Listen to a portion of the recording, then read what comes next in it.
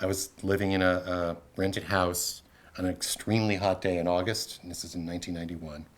And hadn't worked in a while, and I had a new puppy that was going to the bathroom everywhere. And I was so depressed. I just didn't know what to do with my life. I was thinking, I want to get out of Hollywood. I think I'm wasting my time here.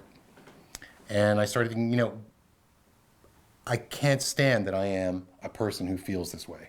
What would it take to make me feel otherwise? What kind of process would be required to get me out of my own bullshit? Then I thought, okay, wait a second. What if there existed a service that would do that, that would take somebody who's in a horrible psychological trap of their own making and find a way out of it? And what would that be like? And how would they go about doing that?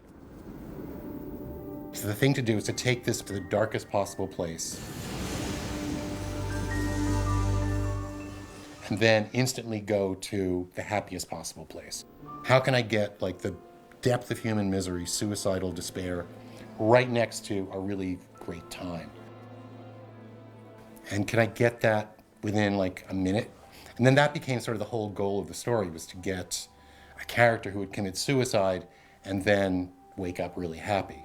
It's funny because later reviewers would say, well, the movie was really enjoyable except for this stupid tacked-on Hollywood ending.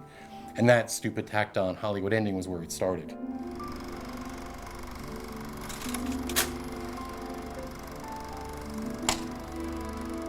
I called my writing partner, Mike Ferris, and we started going back and forth and talking about it. And then Mike had an insight which I had not even thought of. He said, this is Fool's Week. Now, let me explain what that is. Mike and I met when we were members of an institution called the Harvard Lampoon, and there's an initiation process there called Fool's Week, where essentially the staff is really, really mean to the people who want to become members. It's kind of a hazing, but a weird hazing with some weird ritual elements. And in a way, the game is sort of a version of that. I had a meeting scheduled with this director that we'd worked with before, Jonathan Mostow, and Kiefer Sutherland, who was looking for projects. This meeting was like a few days after I had this idea for this movie, and I thought, well, hey, maybe it could be a Kiefer Sutherland vehicle. It's, I'd imagine that the character was going through the change of life in his like mid-20s, right? The process from going from sort of youthful, cynical despair over the worthlessness of life into a more adult perspective. And so I thought a character who was that age would be right for it. So, okay, Kiefer Sutherland, maybe, why not? Let's pitch it to him. And by then I'd like worked out all the basic story beats, or the beginning, middle, and end. And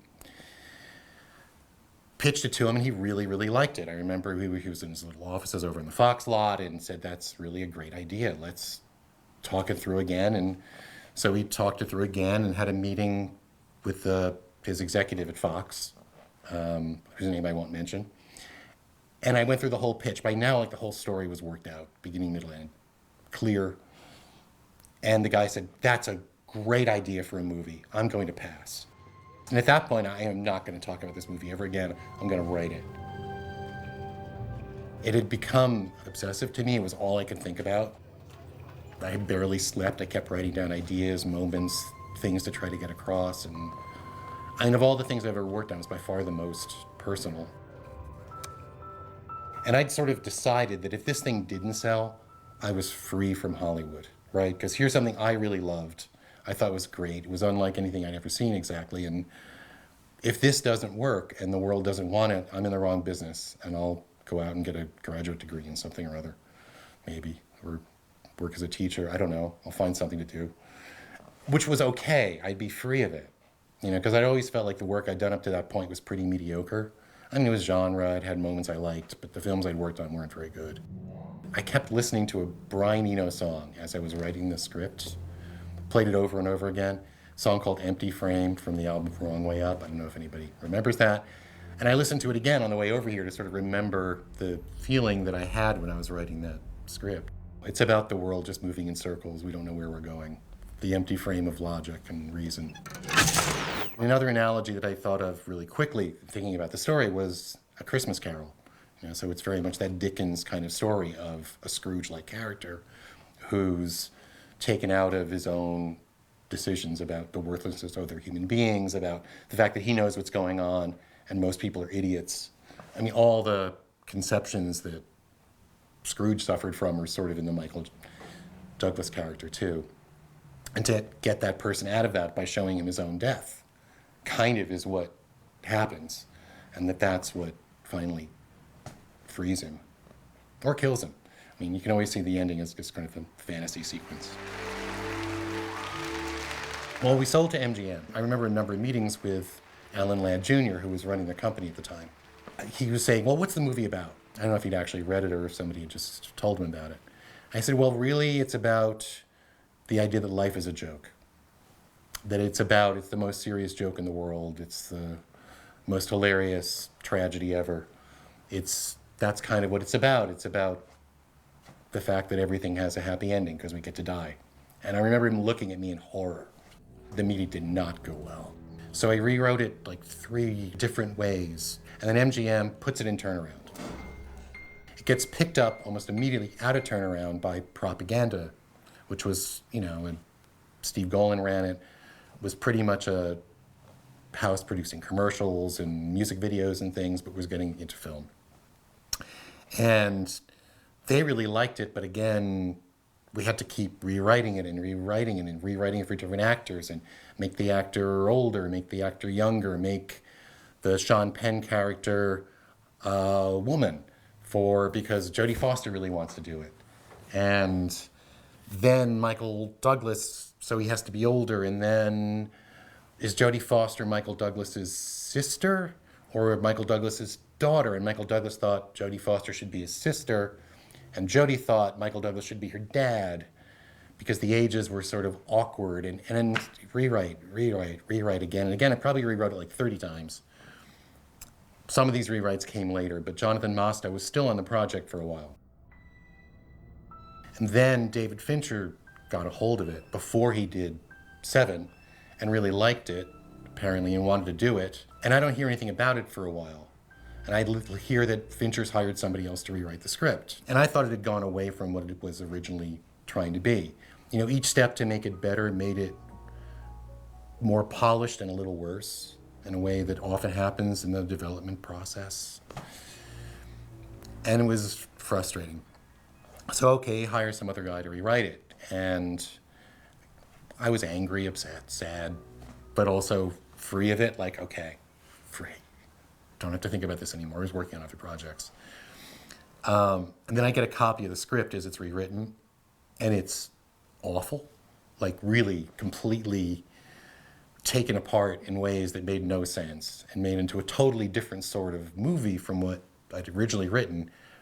And apparently Fincher also hated that and comes back, and then I get rehired to go back to the first draft. So all those interim drafts that I'd spent so long with get kind of thrown out. And we start back on reworking the first draft. And I remember the first meeting with Fincher was great because he said, this character is too likable. And I'd never gotten that note in all the years I've been working. Nobody had ever said, make the character less likable. Make him more of an asshole. Yes. I have an Elizabeth on line 3. Your ex-wife? I know who it is. And so then it was making what became the Michael Douglas character into an increasingly dickish figure, less sympathetic, more of a Scrooge. And the original draft had many more funny moments. Like the game starts out as fun. And even the character enjoys it for a while. And then it gets darker and darker until it's really, really dark. But Fincher said, I don't really do funny very well. Let's make it dark from the beginning. And I kind of disagreed with that note. I still kind of disagree with the note when I watched the film. I thought it should be a little more enjoyable early on rather than just being chased by dogs. And even, almost all those boots are originally in there. So we rewrote it, did a few drafts with Fincher, gets to a place that I think we're all pretty happy with. And then I find out, Fincher is bringing the guy who wrote Seven in to rewrite it again. It's just very close to production. And again, I was like really upset. I thought that's not any writer who works in Hollywood gets used to getting fired, which is, it breaks your heart. every time. Well, not every time. Sometimes you're just relieved. Walker did the changes that Fincher wanted, that I was arguing with him about. Fincher felt expand more some of the business conflict, so he thinks that this publisher is behind it all for a business deal. And I thought that was kind of boring, getting into like the details of the business deal with, some children's publisher. So I always gave that kind of short shrift because I thought that was one of the least interesting things. Yeah, there were more beats in some of my drafts, more stranger little things that would happen. They were more left field. Can you help me out? I need some toilet paper. I ran out. And again, how long you hold something is always a question. I think I tend to glance over things really more quickly, where, producers and directors say, make more of a meal of this. So everything's kind of an ugly little metaphor for it. And I think there are places there I would have gotten out of scenes faster. And other ones I would have spent more time with, but that's, hey, it's the director. Who's behind this? Who did this to me? Why? What do you mean, why? Who is responsible for this? For the whole ending sequence on the rooftop, that was really fun watching that shoot. Fincher was doing take after take after take until Michael Douglas really was in sort of the mindset of the character. Situation up here, we got a real goddamn gun up. And then when I saw the movie cut together, I thought this doesn't work. It doesn't play the way it's supposed to.